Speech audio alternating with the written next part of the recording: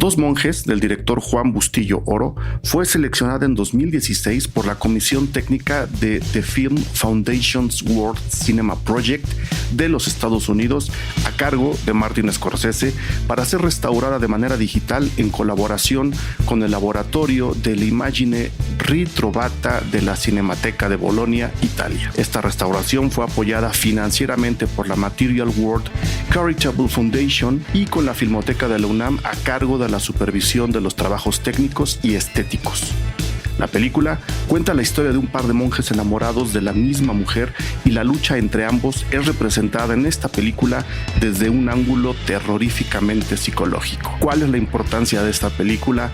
¿Por qué se decidió su restauración? ¿Y qué implica esto en la historia del cine mexicano? De eso va a tratar este episodio. Yo soy Eric Estrada, esto es Cine Garage, aquí cabe todo el cine. Muy bien, pues me da muchísimo gusto recibir de nuevo en los micrófonos de Cine Garage a Hugo Villa, director de la Filmoteca de la UNAM, que pues es la persona más fácil de convencer si no fuera por su agenda para venir a grabar a Cine Garage. Me hace muy feliz, Hugo, de verdad, que cada vez que te invito dices que sí, y te lo quiero agradecer nuevamente en los micrófonos de este proyecto. Mil gracias por estar de nuevo con toda la gente que escucha este podcast. Bienvenido. Al contrario, muchísimas gracias a ustedes. Siempre es un gusto platicar de cine con alguien que sabe mucho más de cine que yo, que eres tú. Y entonces uno aprende un montón. Pues no vino, ¿eh? No sé de quién hablas porque no vino. Pero bueno, mil gracias. Vamos a hablar de una película que a mí me emociona mucho por muchísimas razones, pero que siempre me cuesta trabajo abordar. Yo creo que en este caso va a ser la más sencilla porque, pues bueno, el pretexto es que dos monjes, la película de Juan Bustillo Oro, estamos hablando de 1933, 1934, entró a la Criterion Collection, si no estoy mal, y fue restaurada por un conjunto de organizaciones enfocadas al rescate y a la restauración cinematográfica, entre las que por supuesto está la Filmoteca de la UNAM. Ese es el pretexto para hablar de esta película.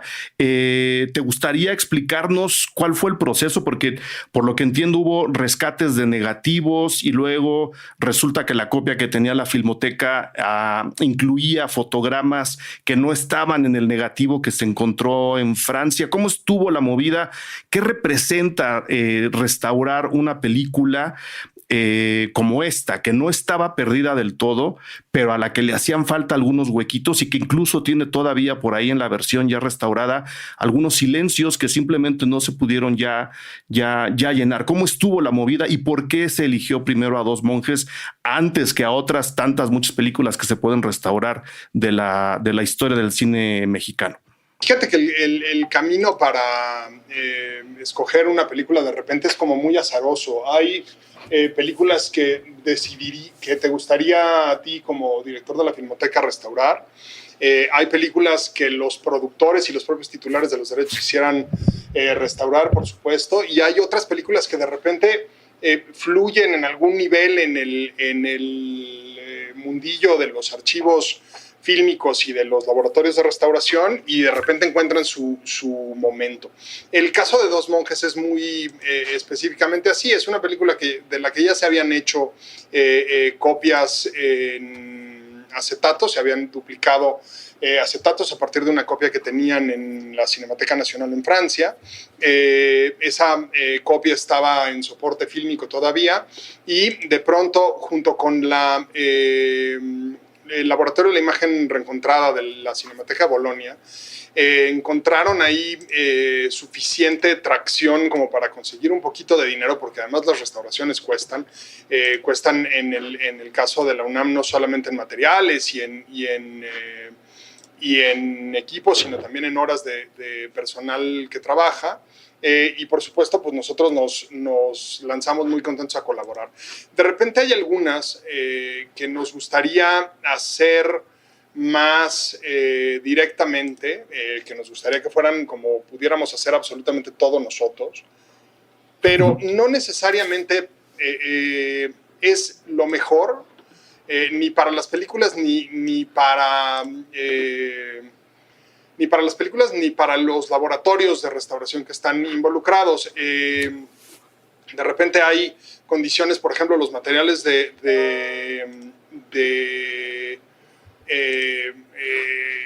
acetato son muy complejos ya de mandar por avión, no solamente porque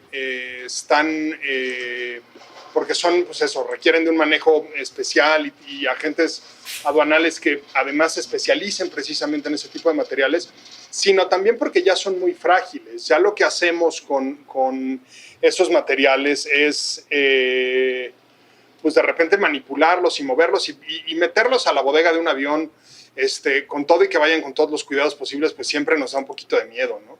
Y entonces el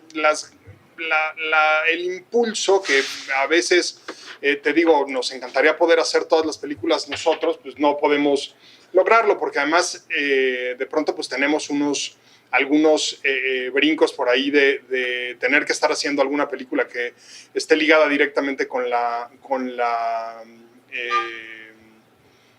alguna efeméride del año o algo así, entonces pues no podemos hacerlo. Este fue el caso, ¿no? de la Cinemateca de Bolonia, y esa copia que existía en Francia se hace en el sistema de comunicación que tenemos en la Federación de Archivos Fílmicos. Se manda un mensaje a todos los archivos y se dice tal cual, buscando elementos de la película tal, y ponen la ficha técnica que ellos entienden de esa película.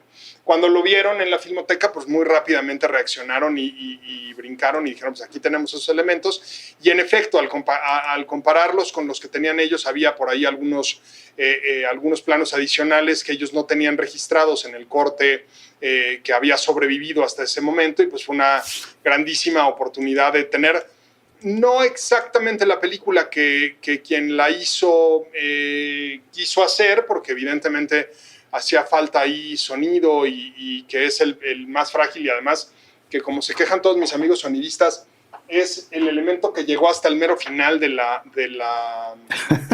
jornada, ¿no? Siempre pensamos en los sonidistas cuando estamos filmando, lo último que piensas es en el pobre sonidista. Bueno, pues también cuando se está restaurando una película, entonces pues no había capacidad como para guardarlos, entonces pues no, efectivamente hay pedacitos ahí. La película es muy interesante porque te habla ya de una capacidad de producción y de imaginación de quienes están haciendo cine en México para, como bien dices, en 1934, suficientemente capaz de generar sus propias historias, quizá un poquito a destiempo con el cine europeo. Está llegando en 34 a algunos momentos que se acercan mucho al expresionismo alemán, ¿no? que tienen por ahí como esa influencia. No sé si Bustillo Oro la haya conocido de primera mano, pero en términos como de la puesta en escena y la dirección de actores, creo que rebota mucho por ahí. Incluso se presta muy bien el hecho de que la película se trata de una discusión entre justo dos monjes que están en un monasterio y que comparten ahí una rivalidad muy trágica. Bueno, pues entonces eso ya te da la entrada de que pues estaban, como siempre, conectado el cine mexicano con las grandes corrientes del cine mundial, ¿no? Con un retraso hasta cierto punto comprensible, ¿no? Porque, bueno, efectivamente la película muchos la consideran como parte de la propuesta o de la concentración de la influencia, depende cómo queramos ver la historia del cine expresionista, ¿no? Un movimiento que se da en Alemania durante el cine silente. En México, el famoso expresionismo o el gótico mexicano, que también se le ha llamado, se da ya con el cine sonoro. O sea, esa diferencia de años yo creo que es lo que tardó en que se vio la influencia alemana, se detectó, se asimila y luego se refleja en los guiones y en las historias, en este caso de Bustillo Oro, que colabora en el guión. Es una película hasta cierto punto un poco más personal de lo que se hacía en ese momento en el cine mexicano, ¿no? Entonces, viendo esa diferencia y digamos, entendiéndola y aceptándola, podemos incluso considerarla como una película de vanguardia, primero en el cine mexicano y después en el cine universal, especialmente en el cine sonoro que se hacía en el mundo en 1934. Puede que la influencia expresionista se manifieste ahí de manera tardía, pero creo que la película tiene otras aportaciones que la colocan bastante más adelante en la historia del cine universal, y a lo mejor eso es lo que llamó la atención a la hora de decir, se puede restaurar, vamos a restaurarla. ¿Quién tiene pedazos de esta película y vamos a ponerlos juntos? No sé si compartes conmigo la emoción en ese respecto con Dos monjes. Sí, cómo no. Por ahí en algún momento hay una cita de André Breton sobre la película que la vio en una visita a México y se refirió a ella como un experimento audaz e inusual. Eso que venga de alguien como André Breton no es poca cosa, ¿no? Esa cita viene en la ficha que presentó el Festival de Cine de Morelia en 2015, cuando se presentó la versión restaurada de la película. Y pues eso, habla mucho y muy bien de la película. Hay por ahí un cuadro también en esa página del Festival de Cine de Morelia que siempre ha buscado tener el mejor cine de archivo que se puede conseguir. Hay una foto de uno de los monjes que está frente a un gran órgano. Construido ahí, que a mí me parece muy notable, ¿no? La referencia, por ejemplo, ahí a Metrópolis y a estas grandes máquinas, claro, dentro de su propio contexto, pero estamos hablando pues de una película, incluso el ángulo de la cámara, el mismo maquillaje que le podemos ver al actor, cómo está cortado, cómo está rasurado, con el corte de pelo, pues son puentes y vasos comunicantes que están ahí, ¿no? Presentes, y que es muy llamativo pues verlo desde el cine mexicano, ¿no? Esta cercanía que hemos platicado ya 2 o 3 veces tú y yo, que desde que nace el cine y llega a México, México y los mexicanos han producido muy buen cine. No necesariamente todo el cine que se ha producido en México es muy buen cine, pero sí ha habido siempre como algunas grandes pinceladas artísticas que vale la pena revisitar, y pues sin duda Dos monjes es una de ellas. Y más ahora en la versión de Criterion, ¿no? Que debe ser hermosísima. Ahora ya habrá chance de verla, nada más para que no se me vaya el dato. Sí, creo que estéticamente la película dice, como dices, ¿no? Está Fritz Lang ahí, está Murnau ahí, está el Caligari, muy a la mexicana. No es una propuesta visual tan radical, pero la estética de la película habla directamente de unas ganas enormes de apropiarse justo la expresión de escenarios, de peinados, de vestuarios del movimiento alemán. Y sin embargo, especialmente en la segunda parte de Dos monjes, donde se pone el asunto bastante más psicológico, ¿no? Donde ya vemos cómo en realidad, más que una película de terror, estamos en una especie de duelo psicológico prácticamente adentro de la cabeza de estos hombres. A mí, yo le hermanaría en un ficticio programa doble, quizá con cualquiera de las que tú mencionas, pero está Secrets of a Soul de Pabst, que es también así un viaje súper psicológico, ultra freudiano, ¿no? En donde el interior, los sueños, lo que la gente piensa están puestos directamente en la pantalla, y creo que Dos monjes de nuevo está ahí. Y como decías, ¿no? Es una película que habla del cine bien producido en México, y en el mismo texto que mencionas, creo que es el de Chloe Roddick, el texto sí, del Festival de Morelia, pues de ahí mismo se extiende, ¿no? Digamos, el hilo conductor a películas como El Drácula en español, La Llorona de Ramón Peón, estoy tal cual leyendo el texto, el propio Fantasma del Convento, que es una de mis películas favoritas del cine mexicano, y todavía podríamos jalarlo, me atrevería yo a decir, hasta acá. O sea, se hable de cine de terror o no, un cine bastante más psicológico. Creo que Dos monjes podría ser como la piedra que cae en el estanque, y las ondas pueden llegar tranquilamente hasta un cine mucho más personal o mucho más de terror en la actualidad, ¿no? Yo creo que la película por sí sola vale mucho a nivel histórico. No sé si me estoy aventurando demasiado, o si incluso no la consideres película de terror, que esa es la otra. Es una película muy psicológica, pero tiene toques de terror. Pues es como un thriller de gabinete, ¿no?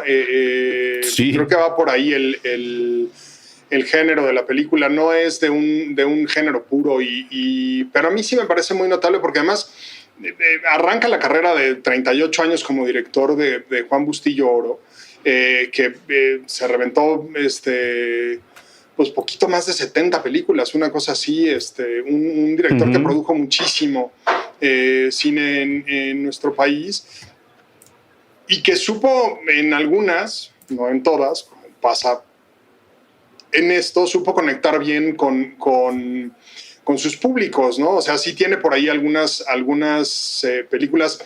Aparentemente es el género, ese gótico mexicano fue el que más le dio a los productores durante sus primeros años. Hace el fantasma del convento,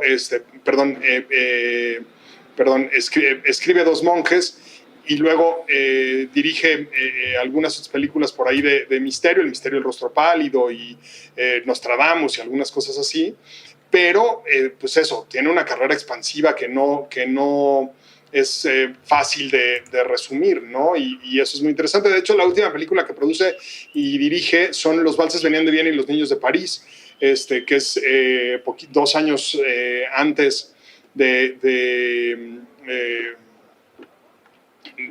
la última que escribe, que es Cuando los hijos se van, que es ahí un melodrama lacrimógeno de aquellos que le gustan al público mexicano.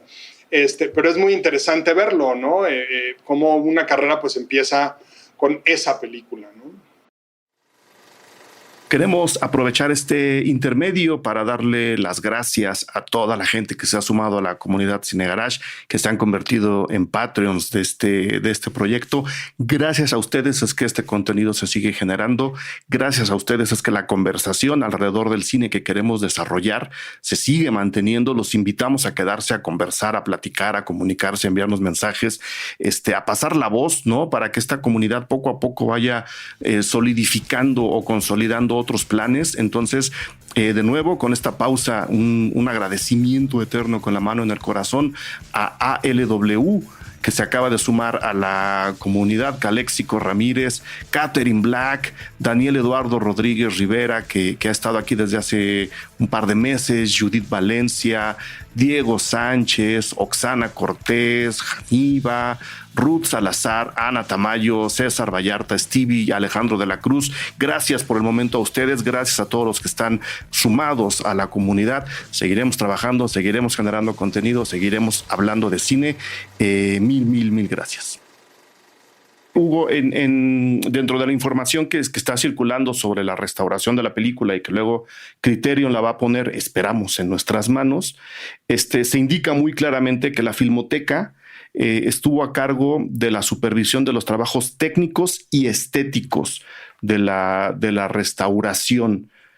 ¿Qué significa eso? Pues mira, hay una tarea que creo que Criterion entiende muy bien y la respeta mucho y casi yo te diría que de los que reeditan películas en Blu-ray, en DVD y en plataformas es de los que mejor la entienden, en la que tomar una película y ponerla en soporte digital no significa solamente hacerla accesible, no significa solamente copiarla en otro soporte, que es un poco lo que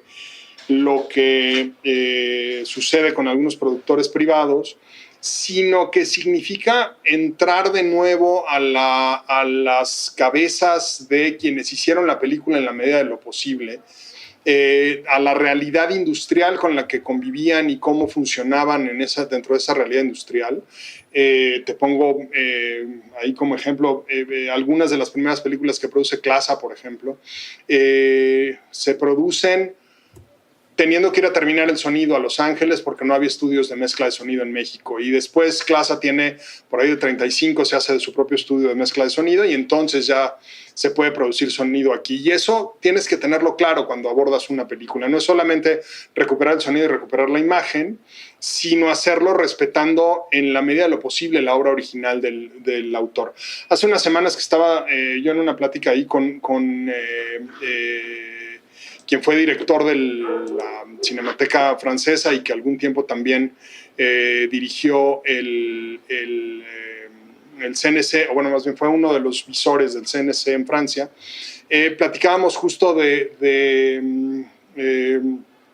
El otro lado del viento, la película que acaba de estrenar Netflix sobre un trazo cinematográfico que hizo Orson Welles y lo respetuoso que tienen que ser los archivos al entrar con esos materiales. Si los productores lo quieren hacer, están en su derecho y habrán tenido que liberar los derechos como corresponde en cada legislación. Pero desde el punto de vista de un archivo como la Filmoteca y por supuesto de una colección con el nivel de respetabilidad que tiene Criterion, pues se tienen que abordar esos datos técnicos, ¿no? Y entonces tienes que saber pues hacer en la medida de lo posible, tomar las decisiones estéticas que afectan a la película como si hubieran tomado en esa época. Podría ser muy tentador entrar a una obra, a un thriller psicológico con una sala de sonido 7.1 y remezclarle el sonido y poner todos esos sonidos que no existen en la película porque pues son como tú bien dijiste, es la era temprana de la película, del cine, del sonido en el cine. Entonces, para un archivo cinematográfico no es posible hacer eso. Se tiene que respetar la obra de quien la hizo en las condiciones en las que la hizo. Incluso yo te diría, claro, nos ha tocado hasta ahora hacer obra de casi todos directores que ya han fallecido, pero yo te diría que incluso un archivo tendría que oponerse, si no activamente, cuando menos pasivamente, cuando menos en espíritu, a lo que hace de repente George Lucas, que lo entiendo como productor y como director, lo entiendo como gran vendedor de películas que es, pero de repente entrar y decir, en 1977, cuando rodamos el primer Star Wars, estos monstruitos que yo quería poner no los pudimos poner porque la tecnología todavía no había llegado y tuve que ponerlos así. O sea, sí, desde la perspectiva de un archivo es un poco falsearlo. Siempre que se conserve una versión original de la película, pues se podría hacer eso. Y entonces ahí Criterion es muy respetuoso en ese sentido. Para nosotros pues es muy apasionante también entrar a la como te decía un poco, a mí me tocó alguna parte final del proceso y ya la hemos además sacado, es de nuestras películas de visita frecuente cuando hacemos muestras del acervo. Pero creo que en ese sentido la Filmoteca pues sí es un archivo que cuida mucho esas cosas y junto con el Laboratorio de la Imagen Retrobata pues por supuesto que también se logra ese tipo de copias, ¿no?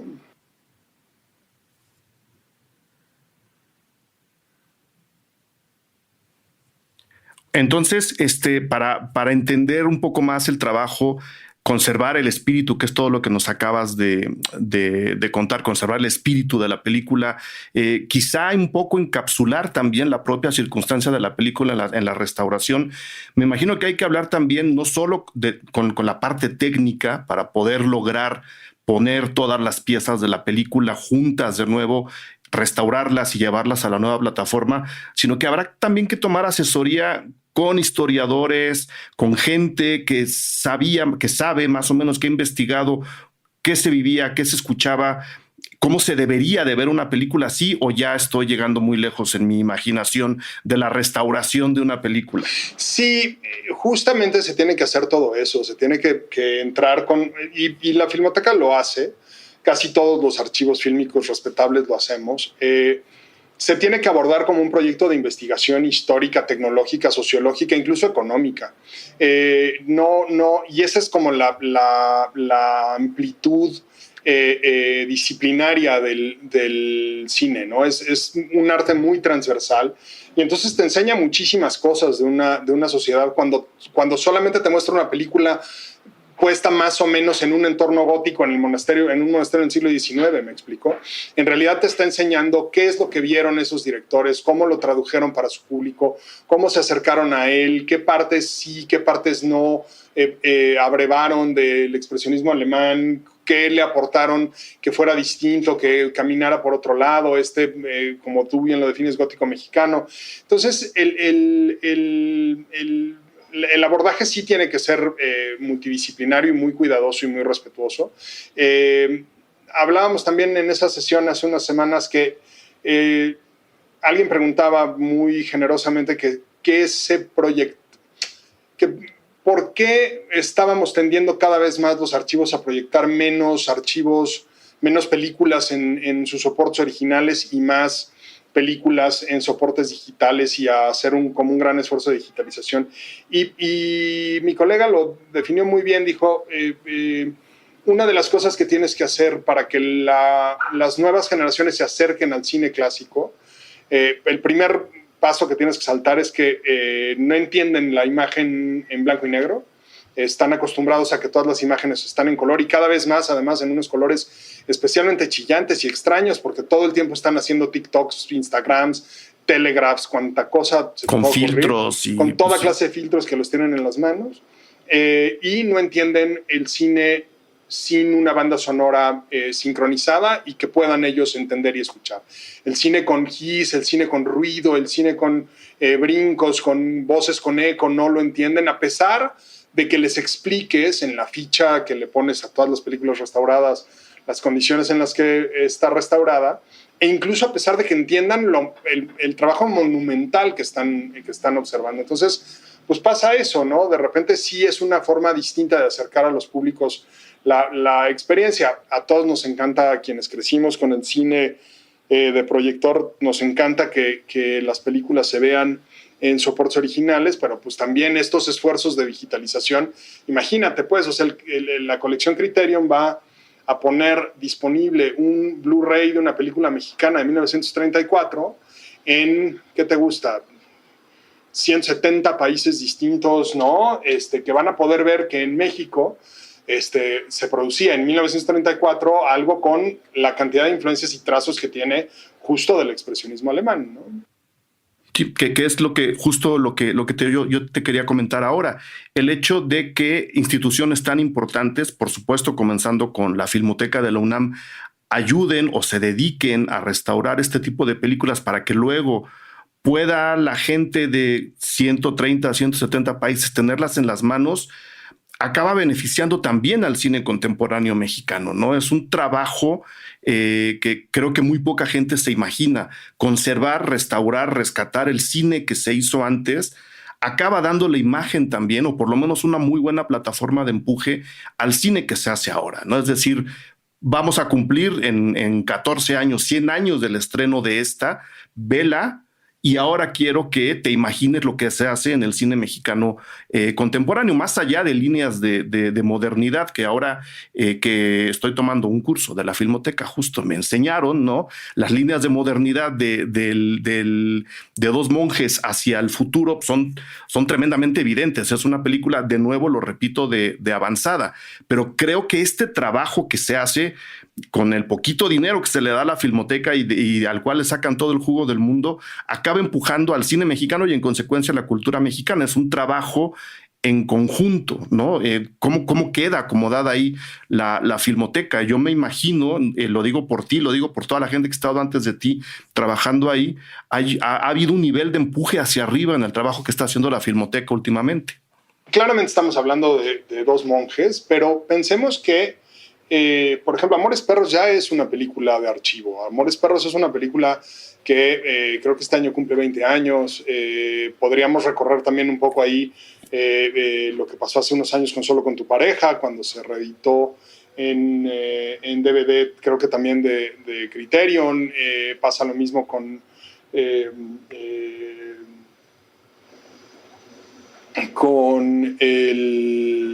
Cronos de Guillermo del Toro, ¿no? Ya es cine de archivo, es cine al que hay que volver a entrar, hay que volverlo a digitalizar en condiciones correctas. Los directores además seguro querrán estar involucrados con esos procesos, y entonces vas efectivamente, como dices tú, Eric, vas construyendo una historia a lo largo del tiempo y vas construyendo una línea en la que, a pesar de que pareciera que el cine se inventó en 1999 o hay generaciones que parece que lo inventó Gaspar Noé o que lo inventó, me explicó que de repente sí. Yorgos Lanthimos es el inventor del cine, ¿no? Sí. y que antes de Yorgos no había cine, pero pues no, resulta que antes había muchísimo cine y creo que en ese sentido también se benefician de saber que está ahí disponible. No necesariamente tiene por qué gustarles ni por qué visitarlo el cine de archivo para ser un buen director o una buena directora de cine, pero yo también creo que estas generaciones de quienes se están formando ahora como para ser profesionales del cine, pues valdría la pena que se dieran una vuelta y conocieran, por supuesto, el estupendo cine mexicano que hay desde prácticamente 1897 Exacto. y que conozcan también otras películas y un montón de otro cine extraordinario que se ha producido en el mundo. Ahora que nos invitaron a esta lista de las 100 mejores películas en la historia del cine mexicano, Uh-huh. me metí un poco a revisar las 100 mejores películas de muchísimas publicaciones. Las de Scorsese, las favoritas de no sé quién, las favoritas de The Guardian, las favoritas del... y es sorprendente lo vacío que está lo que se percibe como la gran historia del cine por los profesionales del cine, del cine del resto del mundo.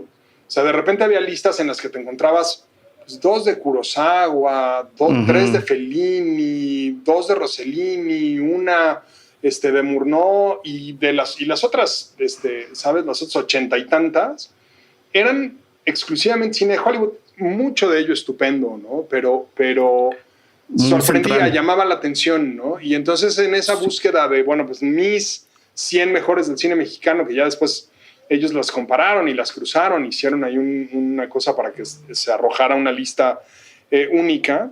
Pues en mis 100 mejores del cine mexicano, me di cuenta que también esa ausencia estaba por ahí. O sea, casi todos de los que yo conocía ahí, casi todos habríamos coincidido en poner en el lugar entre el 1 y el 10 de esas 100 mejores de la historia del cine mexicano, Coca-Cola en las venas, la fórmula secreta de Rubén Gámez, que creo que es del 66 o 67. Uh-huh. No hay una sola lista de las 100 mejores películas de la historia de la humanidad que tenga una película de Rubén Gámez. Mucho menos Coca-Cola en las venas, porque además no la han visto, ¿no? Claro. De pronto el regresar y el poder ver estas películas y que las vea, eso, yo qué sé, un crítico en Tokio o un profesional de la industria en Busan, en Corea, pues de repente también tiene mucho valor, porque te recoloca y sacude esa creencia que Hollywood ha tratado de alimentar durante mucho tiempo, que el buen cine solamente se produce en Hollywood, ¿no? Que es no solo técnicamente un error, tecnológicamente un error, sino también en términos narrativos, dramáticos y estéticos, ¿no? Claro, sí, lo que creo es que Hollywood ha sabido aglutinar los impulsos de nuevos discursos o de renovación del discurso en otros países para poder convertirlo en un producto vendible dentro de su propio mercado y luego exportarlo como si fuera una especie de nuevo Hollywood, cuando en realidad lo que hacen es simplemente jalar voces para luego volverlas a lanzar con un precio extra en la taquilla. Pero eso es otra discusión que podemos tener cuando tú quieras, mi estimado Hugo. A nivel personal, me imagino que hay mucho nervio a la hora de restaurar esta película en particular, cualquiera otra de las que haya, de las que estén en los planes o hayan pasado por los planes de la Filmoteca, ¿no? Decir, a ver, a mí me están llamando como institución a que supervise los trabajos de esta película. ¿Cuáles son las rayas que te tienes que poner más allá de las que nos has explicado en este mismo episodio? Y qué tanto te come el nervio, ¿no? De decir, a ver, ¿estará quedando bien? ¿Lo estaremos haciendo bien? ¿Hubo noches de insomnio alrededor de Dos Monjes? Pues mira, como te digo, a mí la parte de envíos y vueltas y entradas y salidas del material me tocó ya muy en el final. Me han tocado Uh-huh. algunas otras con materiales valiosísimos que en efecto te hacen pensarlo 2 veces. De repente no quieres simplemente sacar las cosas ni siquiera de la bóveda, ya no digas llevarlas al taller de la Filmoteca. Ahora bien, los estándares que se han logrado en ese tipo de operaciones, primero por el propio personal de la Filmoteca, que tiene muchos años trabajando esos materiales y que les tiene mucho respeto, pero además saben muy bien su oficio, pues ya te da una primera tranquilidad. Tienes ahí manos que tienen 10, 15, 20, 25 años manejando materiales, que han ido aprendiendo y han ido desarrollando sus conocimientos y sus saberes a lo largo del tiempo, que saben además el valor histórico que tiene todo el material que tienen ahí guardado y lo respetan. Después, pues eso, la tecnología ya permite algunas cosas que pues son extraordinarias. En una restauración en la que acabamos de participar, pudimos nosotros lograr eso, pues que el material no saliera de la filmoteca, lo escaneamos nosotros mismos, ese escaneado se mandó a el otro laboratorio que colaboró con nosotros y ellos hicieron el talonaje y la limpieza del material. Una parte de sonido no estaba completa, pero la copia que tenía Cineteca Nacional sí lo estaba, y ellos recién estrenaron hace unos 8 o 9 meses un nuevo escáner específico para sonido, ya finalmente diseñado, casi 20 años después de que se están escaneando películas en 2 y en 4K. Se le ocurre a alguien hacer uno que restaure sonido, que lo acaban de estrenar. Entonces esos rollos de sonido los hicieron ellos y todo se mandó digitalmente para que después se obtuvieran copias digitales también. Pues esa es una restauración que quizá en 1 o 2 archivos va a terminar, entre ellos el nuestro, va a terminar en una copia compuesta en 35 milímetros, pero ya no lo necesitamos hacer, ya no es algo indispensable llevar los materiales, traerlos, ¿me explico? Y además con la capacidad que se ha desarrollado ya entre nosotros, la propia Cineteca Nacional, no hemos trabajado mucho con Estudios Churubusco, pero tiene una infraestructura y una capacidad instalada sorprendente. Pues creo que podremos estar haciendo mucho de esto en muy buenas condiciones en 3 o 4 laboratorios nacionales y poder colaborar con eso. Ahora, también hay un concepto de la colaboración que contra el que tenemos que ir un poco trabajando. Justo el estar consciente de que esta capacidad compartida entre la Filmoteca, la Cineteca y perdón que nos puse adelante, y el laboratorio tanto fotoquímico como digital de Estudios Churubusco y las salas de mezcla de sonido de ellos, nos dan, y por supuesto los profesionales que operan todos estos pasos del proceso, nos dejaría muy tranquilos de poder hacer películas sin colaborar con archivos externos. Pero eso también significa que quienes financian esas restauraciones, más allá de los pocos productores que son capaces de operar su propia biblioteca de derechos y pagar por sus restauraciones, pues tienen que empezar a notar esa potencia y esa capacidad y empezarla a utilizar, y esos fondos tendrían que empezar a llegar directamente a los laboratorios mexicanos, de modo que no entremos en un proceso del que estamos corriendo el riesgo, creo yo, que es una especie de retrocolonización suave de nuestro cine. Las grandes películas serían restauradas casi exclusivamente con dinero que viene del extranjero, en laboratorios que están en el extranjero, con conocimientos técnicos y estéticos que vienen y se quedan en el extranjero, y nos terminaremos convirtiendo solamente, de nuevo, en una especie como de repositorio de lo Mexican Curious, que creo que no debemos hacer, sin que yo le vea torvas ni malas intenciones a mis colegas en laboratorios y en cinematecas fuera del país, porque no las tienen, pero el acto sí se materializa como tal, o cuando menos en mi percepción se materializa como tal, y creo que en ese sentido tenemos que ser muy activos los archivos para decir, pues es que esto está aquí, pero está aquí acompañado de técnicos con una calificación profesional altísima, de un laboratorio como el de Estudios Churubusco, que tiene 5 reveladoras, que no tiene ya nadie en el mundo 5 reveladoras como las tiene Estudios Churubusco. Ya no digas la experiencia de los laboratoristas que siguen ahí trabajando. Claro. Las reveladoras simplemente no las tienen. Entonces puedes tener una reveladora dedicada a hacer solamente blanco y negro, una reveladora solamente a hacer color, otra reveladora solamente a hacer magnetópticos. Entonces hay como una posibilidad ahí de sacar, pues eso, de sacarle muchísimo jugo a la infraestructura y al conocimiento que tenemos, de manera que en la medida de lo posible podamos hacer mucho más aquí y que podamos servirle también un poco de palanca a algunas cinematografías latinoamericanas que no necesariamente tuvieron nunca estas condiciones. El cine, por ejemplo, de Centroamérica es un cine que o se coprodujo o se revelaba en México, o en Miami, dependiendo de a dónde les gustara ir. Algunas cinematografías del norte de Sudamérica también estaban muy amarradas a lo que pasara en México y a cómo se podía postproducir y terminar las películas desde México. Entonces, ahí también creo que ese proceso de apropiación de nuestra historia y de compañía con nuestros colegas latinoamericanos, creo que también es uno de esos retos muy divertidos que tenemos por delante quienes estamos a cargo de archivos en México. Muy bien.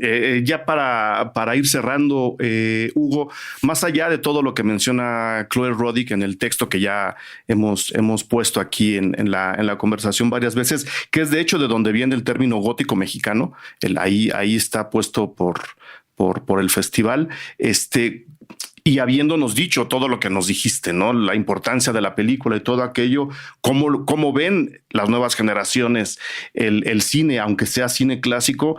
¿Cómo invitarías tú justo a esas nuevas generaciones a acercarse en particular a Dos Monjes? ¿Cuál sería tu línea vendedora para decir esta película se tiene que ver porque se tiene que ver, no importa cómo, no importa dónde? ¿Cuál sería como el eslogan para decirle a la gente, señores, si no ven esta película, los que salen perdiendo son ustedes?